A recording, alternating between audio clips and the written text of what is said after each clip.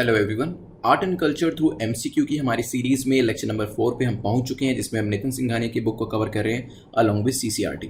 तो यहाँ पे this is brief introduction about me. My name is Prince Luthra, all India rank 577, और we will start our lecture with a quotation, you have to believe it before you see it. अब इसे UPSC के अंदर कैसे apply करेंगे? देखिए, बहुत से एस्पिरेंट्स ऐसे हैं जो मुझे लिखते हैं कि सर मुझे डाउट हो रहा है अपनी प्रिपरेशन के ऊपर, मुझे डाउट हो रहा है कि मैं इस एग्जाम को क्रैक कर पाऊंगा या नहीं कर पाऊंगा, आईएएस या आईपीएस बन पाऊंगा या नहीं बन पाऊंगा। तो इस तरीके के क्वेश्चन जो है वो सरफेस करते रहते हैं। जैसे आज ही मुझे कॉल आया, उसमें कहा गया कि सर मुझे डाउट है कि मैं प्रीलिम्स जो एग्जाम है वो कर पाऊंगा या नहीं कर पाऊंगा।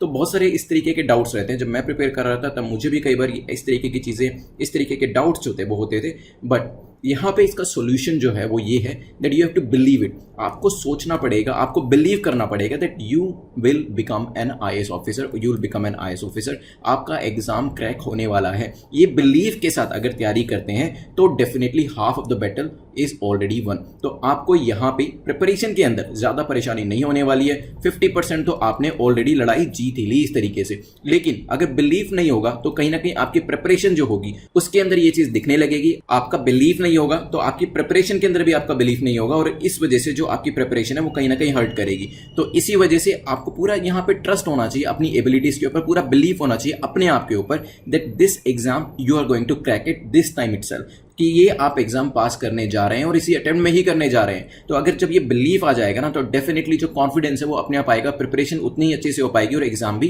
क्रैक हो जाएगा। चलिए आज के टॉपिक्स देख लेते हैं। तो डायनेस्टीज के बारे में देखेंगे, स्कूल ऑफ स्कल्पचर्स के बारे में देखेंगे, गांधार स्कूल को डिस्कस करेंगे, ग्रेको इंडियन स्कूल को, मथुरा अमरावती ग्रीक्स के बारे में पढ़ेंगे। देन हम भूमि स्पर्श मुद्रा, वेरियस मुद्रास के बारे में पढ़ेंगे, बुद्धिज्म के अंदर ध्यान मुद्रा के बारे में, और वेरियस अलग अलग तरीके की इससे मिलती जुलती मुद्रा जो होती हैं उनको देखेंगे विद पिक्चर्स। यहाँ पे इवेंचुअली हम सारा कुछ रिवाइज करने वाले हैं। मार्किंग स्कीम आप जानते हैं कि आपको 6 या 6 से ज्यादा स्कोर करना है। इससे कम स्कोर आता है तो एक बार पीडीएफ को रिवाइज कर लीजिएगा। चलिए फर्स्ट क्वेश्चन पे चलते हैं।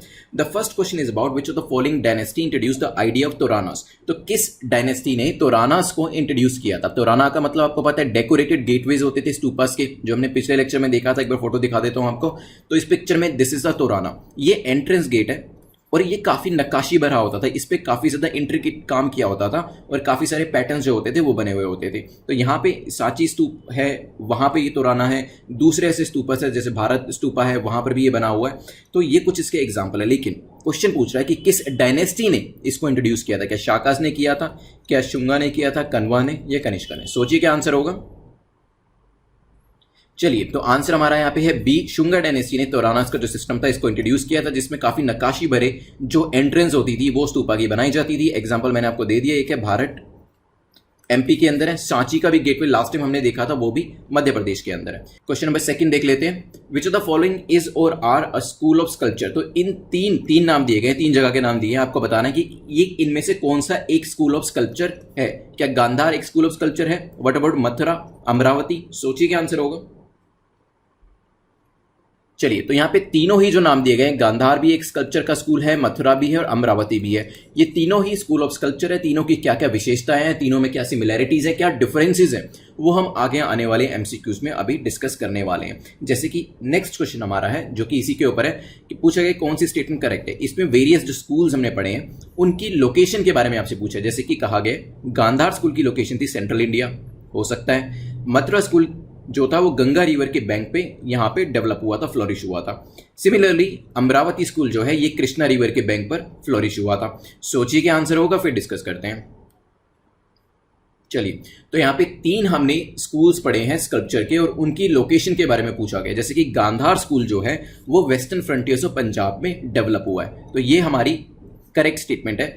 यहाँ पर देखिए पीछे जो पढ़ेंगे वो अलग स्टेटमेंट है, वहां हमारा गलत हो जाएगा। ये मथुरा स्कूल जो है वो यमुना के रिवर पर फ्लोरिश हुआ है और अमरावती कृष्णा रिवर के पास फ्लोरिश हुआ है। तो एक बार क्वेश्चन में देख लेते हैं। गांधार स्कूल जो है वो कहाँ पे हुआ था? पंजाब के वेस्टर्न रीजन के अंदर। तो यहाँ पे ये स्टेटमेंट इनकरेक्ट हो जाती है। मथुरा स्कूल कहाँ हुआ था? गंगा रिवर पे नहीं, यमुना रिवर पे, तो इसी वजह से ये भी गलत हो जाती है। देन अमरावती कहाँ हुआ था? It is on the bank of the river Krishna. तो तीसरी स्टेटमेंट हमारी करेक्ट है, आंसर हो जाएगा ए। ध्यान रखिएगा। चलते हैं नेक्स्ट क्वेश्चन के ऊपर। नेक्स्ट क्वेश्चन स्कूल्स को लेकर ही, हम स्कूल्स को ही डिस्कस करने वाले हैं। तो यहाँ पे फोर्थ क्वेश्चन कहता है which of the following school is known as Greco Indian school of art. तो Greco Indian school of art किस स्कूल को जाना जाता है? क्या वो अमरावती स्कूल है, गांधार है, मथुरा है या फिर कोई और ही स्कूल है? सोचिए क्या आंसर होगा। चलिए, तो हमारा जो गांधार स्कूल है उसको Greco Indian school of art के तौर पे भी जाना जाता है। B will be the correct answer, क्योंकि जो ग्रीको स्कूल्स होते थे, जो ग्रीक के स्कूल्स थे, वहां से काफ़ी सारी चीज़ें स्कल्पचर के अंदर जो है बोरो करी हुई है इस पर्टिकुलर स्कूल ने। तो यहाँ पे मैं इसका एक एग्जाम्पल आपको दिखाता हूँ। तो अगर आप ग्रीक स्कल्पचर देखेंगे और गांधार के स्कल्पचर देखेंगे तो आपको बहुत ज़्यादा सिमिलैरिटीज़ जो है वो देखने को मिलेगी। और याद रखने का तरीका है, G stands for Gandhara, G stands for Greek और रोमन। ठीक है, तो यहाँ पे भी आप एक तरीके से याद करने के लिए इसको बना सकते हैं। अगर हम गांधार स्कूल के बारे में कुछ और जानना चाहें तो इसको 50 BC से 500 AD तक ये चला था। और ऐसा कहा जाता है कि 2 स्टेजेस के अंदर इस पूरे स्कूल का डेवलपमेंट हुआ था। तो ये जो कुछ चीज़ें हैं इस पर्टिकुलर गांधार स्कूल के बारे में आप याद रखिएगा। चलते हैं नेक्स्ट क्वेश्चन के ऊपर, which is question number 5। Which are the following statement या स्टेटमेंट्स इज और are correct about Mathura school. Mathura school के बारे में कौन सी स्टेटमेंट आपकी करेक्ट है? 2 दे रखी है यहाँ पे। पहली कहती है it was influenced by stories and imageries of only Buddhism. तो बुद्धिज्म से रिलेटेड कहानियां, स्टोरीज और इमेजेस जो थी वो मथुरा स्कूल के अंदर दिखाई जाती हैं। लेकिन ध्यान से यहाँ पे ओनली शब्द दिया है और मैंने आपको बताया कि ओनली वाली ज़्यादातर चीज़ें जो होती हैं वो गलत होती हैं, लेकिन हमेशा ऐसा नहीं है, इसकी एक्सेप्शंस भी हैं जो कि हमने क्वेश्चंस में ही डिस्कस करी है। Second, Mathura school showed no symbolism in images. तो मथुरा स्कूल के अंदर सिंबलिज्म जो है वो नहीं दिखाया जाता। सोचिए क्या आंसर होगा, फिर डिस्कस करते हैं। चलिए देखिए, मथुरा स्कूल की खासियत ये है कि अनलाइक जो हमने 2 स्कूल पढ़े हैं गांधार और अमरावती, वहां पे बुद्धिज्म को ही ज़्यादा दिखाया जाता है। लेकिन मथुरा स्कूल के अंदर 3 religion, Buddhism, Jainism and Hinduism, तीनों के ऊपर ही इक्वल वेटेज जो है वो दी गई है। तीनों के ऊपर ध्यान दिया गया है, तीनों के ऊपर एम्फेसिस जो है वो दिया गया है। तो यहाँ पे ओनली बुद्धिज्म नहीं है, स्टोरीज और इमेजेस जो है वो तीनों रिलीजन की यहाँ पे दिखाई जाती हैं। तो ध्यान रखिएगा। मथुरा स्कूल के अंदर क्या सिंबलिज्म नहीं है? ये भी इनकरेक्ट है। मथुरा स्कूल के अंदर तो बहुत ज़्यादा सिंबलिज्म यूज़ किया गया है। जैसे कि सिंबलिज्म क्या होता है मैं बता देता हूँ आपको। चलिए यहाँ पे देखिए, ये पीछे हेलो जो है, ठीक है, ये जो इमेज दिखाई जा रही है बुद्धा के पीछे, बुद्धा के जो हेड है उसके पीछे, this is called the symbolism. Hello जो दिखाया गया बुद्धा के पीछे, इसको सिंबलिज्म कहा जाता है। इसमें होता क्या, बेसिकली एक चीज को किसी दूसरी चीज से रिप्रेजेंट करते हैं। इसका एक और सिंपलिस्टिक एग्जांपल देता हूं। जैसे शिव जी हैं, बहुत सारे मंदिरों में आपने देखा होगा शिव जी को शिवलिंग के थ्रू दिखाते हैं। ठीक है, सो दिस इज सिंबलिज्म, जब एक चीज को दूसरी चीज से रिप्रेजेंट करके दिखाते हैं। यहाँ पे शिवजी भगवान जो है उनको शिवलिंग के थ्रू दिखाया जाता है। तो दिस इज कॉल्ड सिंबलिज्म, जो कि मथुरा स्कूल के अंदर बहुत ज्यादा यूज किया जाता है। तो ध्यान रखिएगा। तो यहाँ पे हमारा 5th क्वेश्चन जो है वो भी हो गया। चलते हैं नेक्स्ट क्वेश्चन, क्वेश्चन नंबर 6 के ऊपर। क्वेश्चन नंबर 6 बात करता है अमरावती स्कूल, क्योंकि गांधार मथुरा हम पढ़ चुके हैं, अमरावती पे आते हैं। तो अमरावती स्कूल के बारे में 3 स्टेटमेंट्स आपसे पूछा है कि कौन सी स्टेटमेंट करेक्ट है, कौन सा कथन सही है। अब देखते हैं। पहली स्टेटमेंट कहती है it receive patronage from Satavahana rulers. तो यहाँ पे इनको जो पैसा मिलता था, जो बेसिकली इनकी फंडिंग होती थी, जैसे आज के टाइम पे हम स्टार्टअप्स के लिए कहते हैं फंडिंग, तो यहाँ पे जो इनको पैट्रोनेज मिलता था ये सातवाहन रूलर्स देते थे इन आर्टिस्ट को। हो सकता है Amravati school put more emphasis on the use of dynamic images और नैरेटिव आर्ट। तो यहाँ पे अमरावती स्कूल में जो ध्यान दिया जाता था, जो फोकस दिया जाता था, वो डायनामिक इमेजेस और नैरेटिव आर्ट पे दिया जाता था। ये क्या होता है वो भी देखेंगे। Sculptures of this school made excessive use of Tribhanga posture. तो इस स्कूल के अंदर जो त्रिभंगा पोस्चर, जो हम लेक्चर नंबर 1 पे कवर कर चुके हैं, त्रिभंगा क्या होता है मैंने आपको फोटो भी दिखाया था, उसके ऊपर ज्यादा ध्यान दिया जाता था। सोचिए क्या आंसर होगा। चलिए, तो अमरावती स्कूल के बारे में पहली स्टेटमेंट बिल्कुल ठीक है। जो सातवाहन रूलर्स थे वो यहाँ पे पैट्रोनेज दिया करते थे आर्टिस्ट को, ताकि वो ज़्यादा से ज़्यादा स्कल्पचर जो है बना के दें उनको, और उनकी जो आर्ट है वो ज़्यादा बाहर निकल के आए। अमरावती स्कूल के अंदर नैरेटिव आर्ट को यूज़ किया जाता है। मैं आपको फोटो दिखाऊंगा, आपको समझ में आएगा। नैरेटिव आर्ट में जो बेसिकली स्टोरीज होती हैं वो आपके स्कल्पचर के थ्रू दिखाई जाती हैं। तो सेकंड स्टेटमेंट भी जो है हमारी करेक्ट हो जाती है। और त्रिभंगा पोस्चर को ज़्यादा से ज़्यादा यूज़ किया जाता था। जो अभी आप फोटो देखेंगे, पिक्चर देखेंगे, तो आपको समझ में आएगा कि नैरेटिव आर्ट और त्रिभंगा को कैसे दिखाया जा रहा है। चलिए एक बार ना इसका जो बेसिक डिफरेंस है तीनों के अंदर, गांधार, मथुरा, अमरावती, उसको देख लेते हैं। So this is very important slide for you, ध्यान से देखिएगा।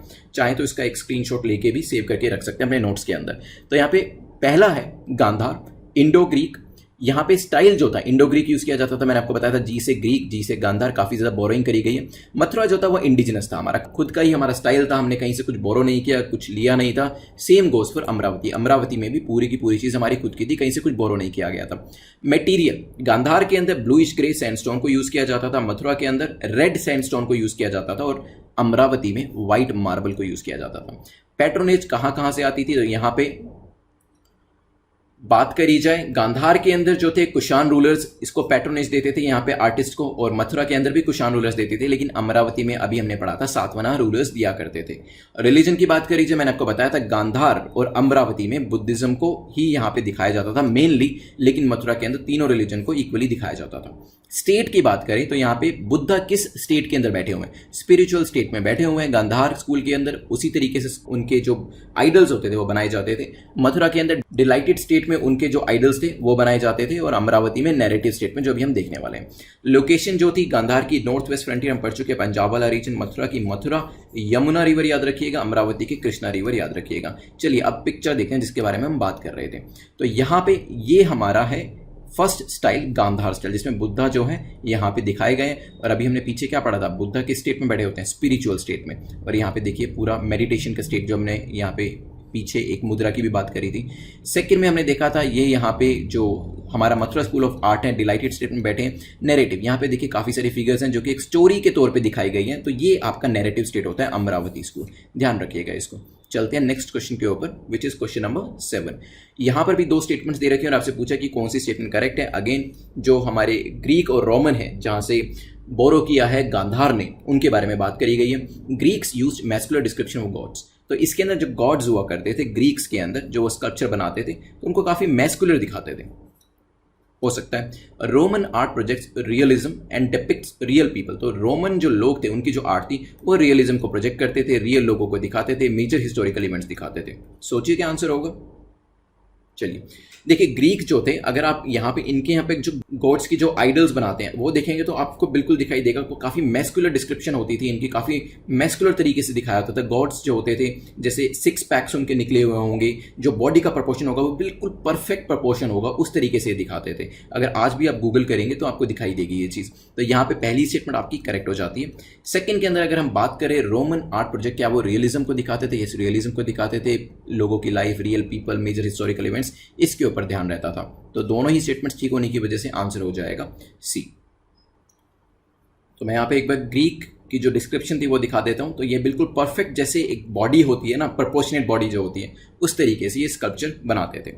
यहाँ पे अब हम मुद्रा स्टार्ट करने वाले वेरियस जो बुद्धा की मुद्रास थी उसको देखेंगे वन बाय वन। पहले चलते हैं क्वेश्चन नंबर 8 के ऊपर। क्वेश्चन नंबर 8 बात करता है which of the following statement is और आर करेक्ट अबाउट भूमि स्पर्श मुद्रा। तो भूमि स्पर्श मुद्रा के बारे में 3 स्टेटमेंट्स दे रखे हैं, देखते हैं कौन सी सही है कौन सी गलत है। पहली स्टेटमेंट कहती है Buddha sitting in meditation with his left hand palm upright in his lap and his right hand touching the earth. तो क्या ये इस तरीके से पोजीशन होती थी? Maybe. This mudra is commonly associated with blue Buddha known as Akshobhya. तो ये जो पर्टिकुलर मुद्रा है एसोसिएट करी जाती है ब्लू बुद्धा के साथ, जिसको अक्षोभ्य के तौर पे भी जाना जाता है। It represent the moment of Buddha's giving sermon. तो ये वो पर्टिकुलर मोमेंट को दर्शाता है जब बुद्धा सरमन दिया करते थे।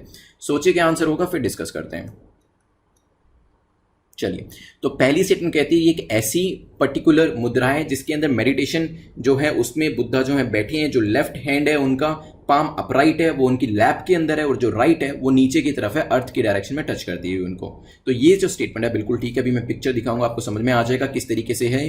This mudra is commonly associated with blue Buddha, जिनको अक्षोभ्य के तौर पर भी जाना जाता है। तो ये स्टेटमेंट भी ठीक है, बट यहाँ पे बुद्धा सरमन नहीं दे रहे हैं, ध्यान रखिएगा, क्योंकि मेडिटेशन स्टेट में है। तो ये पर्टिकुलर मुद्रा तब रिप्रेजेंट करी गई जब उनको एनलाइटनमेंट अटेन हो गया। तो अटेनिंग एनलाइटनमेंट ये दिखाता है, ये ध्यान रखिएगा, ठीक है। आंसर क्या हो जाएगा? Answer will be B. एक बार पिक्चर देख लीजिए आप।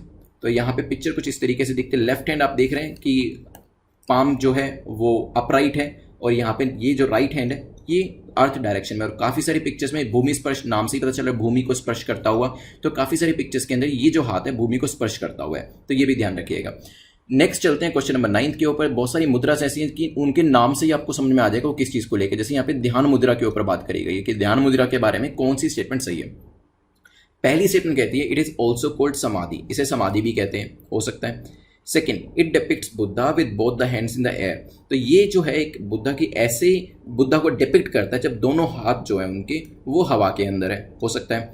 द मुद्रा was use by Buddha during the final meditation under the Bodhi tree. ये जो पर्टिकुलर मुद्रा है ये तब यूज करी गई बुद्धा के द्वारा जब वो फाइनल मेडिटेशन स्टेट पे थे। कहाँ पर? बोधि ट्री के अंडर। सोचिए क्या आंसर होगा, फिर डिस्कस करते हैं।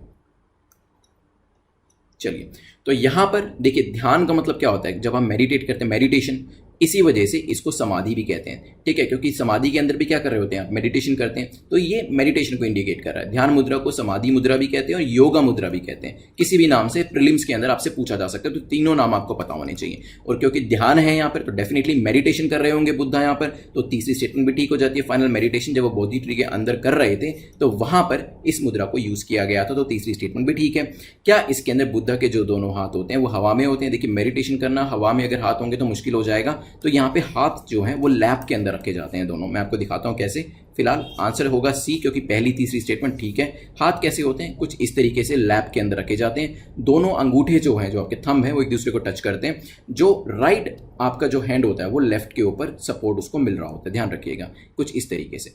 नेक्स्ट क्वेश्चन, आज के लास्ट क्वेश्चन पे चलते हैं। विच ऑफ द फॉलोइंग मुद्रा डिपिक्ट्स इंटेलेक्चुअल डिबेट? तो कौन सी ऐसी मुद्रा है जो कि इंटेलेक्चुअल डिबेट को डिपिक्ट करती है? तो क्या अभय मुद्रा है, वो वितर्क मुद्रा है, धर्म चक्र मुद्रा है, या नन ऑफ द कोई और ही मुद्रा है? सोचिए। चलिए देखिए, मैंने आपको कहा था कि नाम से ही पता चल जाएगा, नाम में ही पता चल रहा है। जब आप तर्क वितर्क करते हैं उसी को तो आप कहते हैं ना कि आप कोई इंटेलेक्चुअल डिबेट कर रहे हैं, तो दिस इज द वितर्क मुद्रा। वितर्क मुद्रा जो है इंटेलेक्चुअल डिबेट को बताता है, नाम से पता चल रहा है। क्योंकि देखिए अभय का मतलब क्या होता है? अभय मीन्स फियरलेस, ठीक है। तो नाम से काफ़ी सारी चीज़ें जो हैं क्लियर हो जाएंगी आपको। तो कोशिश करिए कि जो शब्द हैं उसके मतलब को समझने की कोशिश करिए, ताकि कम से कम रट्टा मारना पड़े इसके अंदर। तो वितर्क मुद्रा किस तरीके से होती है? यहाँ पे इंडेक्स फिंगर जो आपकी होती है वो थंब को टच कर रही होती है, और इसकी वजह से एक सर्कल बन रहा होता है, ठीक है। और ये सर्कल दर्शाता है कॉन्स्टेंट फ्लो ऑफ एनर्जी, कि एनर्जी जो है वो कॉन्स्टेंटली फ्लो कर रही है, ये इस चीज को दर्शाता है। एग्जाम में पूछा जा सकता है कि वितर्क मुद्रा में इसका क्या मतलब है, कौन कौन सी दो उंगलियां टच हो रही होती हैं, ठीक है, तो ध्यान रखिएगा। तो हमारे 10 क्वेश्चंस कंप्लीट होते हैं। अब रिवीजन करेंगे, मिस मत करिएगा इसे, 2 मिनट में रिवीजन कंप्लीट करते हैं अपनी। चलिए शुरुआत करी थी हमने किसके साथ? तोरानास के साथ। शुंगा डायनेस्टीज को लेके आई थी। डेकोरेटेड गेटवेज के बारे में देखा था, भारत में पाए जाते हैं, मध्य प्रदेश के अंदर, और सिमिलरली ये आपको सांची स्तूप में भी मिल जाएंगे मध्य प्रदेश में। देन हमने देखा था कौन कौन से स्कल्पचर के स्कूल हैं, तीनों ही है, गांधार है, मथुरा है, अमरावती, इनके बारे में पढ़ा था। गांधार जो है वो कहाँ पर था? वो पंजाब के वेस्टर्न रीजन में, मथुरा यमुना के अंदर, अमरावती कृष्णा के अंदर, कृष्णा रिवर के बैंक के ऊपर। Which of the following school is known as Greco Indian? तो जी से ग्रीको, जी से गांधार स्कूल, क्योंकि सिमिलैरिटीज काफी ज्यादा थी दोनों के अंदर। फिर देखा था 50 BC से 580 तक गांधार स्कूल जो था चला था, 2 इसकी स्टेजेस रही थी। फिर मथुरा स्कूल के बारे में देखा था, क्या इसके अंदर सिर्फ बुद्धिज्म को दिखाया गया? नहीं, तीनों रिलीजन थे, बुद्धिज्म, जैनिज्म, हिंदुइज्म, और यहां पर सिंबोलिज्म का इस्तेमाल काफी ज्यादा हुआ था। हमने एग्जाम्पल देखा था शिवलिंग और शिवजी का। फिर हमने इसके बाद पढ़ा था नेक्स्ट क्वेश्चन, जो कि है अमरावती के बारे में। पैट्रोनेज कौन देता था? सातवाहनास देते थे, और नैरेटिव आर्ट दिखाई जाती थी, त्रिभंगा का यूज किया जाता था। और इस स्लाइड को आप कॉपी पेस्ट कर लीजिएगा अपने नोट्स के अंदर। फिर हमने तीनों के यहाँ पे जो पिक्चर्स थी वो देखी थी, एंड देन फाइनली हमने ग्रीक्स के बारे में पढ़ा था। यहाँ पे जो मैस्कुलर डिस्क्रिप्शन होती थी वो दिखाई जाती थी। रोमन्स जो थे वो रियलिज्म को ज़्यादा प्रेफर करते थे। तो इसके बाद हमने मुद्रास के बारे में देखा था, जैसे हमने भूमि स्पर्श मुद्रा के बारे में देखा, हाथ जो है ज़मीन को टच कर रहा होता था, और एक्शोभिया भी इसे कहा जाता था, ये हमने पिक्चर में देखा था। फिर हमने देखा था ध्यान मुद्रा, मेडिटेशन, समाधि, योगा सभी नाम से जाना जाता है। इसके अंदर दोनों हाथ लैप के अंदर होते हैं, और final meditation under the Bodhi tree, ये उस टाइम पर करी गई थी। फिर हमने लास्ट में देखा था इंटेलेक्चुअल डिबेट के लिए जो मुद्रा थी वो थी वितर्क मुद्रा, जिसके अंदर इंडेक्स फिंगर टच करती है आपके थंब को, और एक सर्कल बनता है which shows constant flow of energy, ध्यान रखिएगा। तो हमारे 10 क्वेश्चन कंप्लीट होते हैं। क्वेश्चन ऑफ द डे आपके लिए है व्हाट इज तोराना, ये आप कमेंट सेक्शन में मुझे बता सकते हैं। तोराना से आप क्या समझते हैं? इस लेक्चर में भी हमने डिस्कस किया इसके बारे में, पिछले लेक्चर में भी, तो बताइएगा ये क्या है।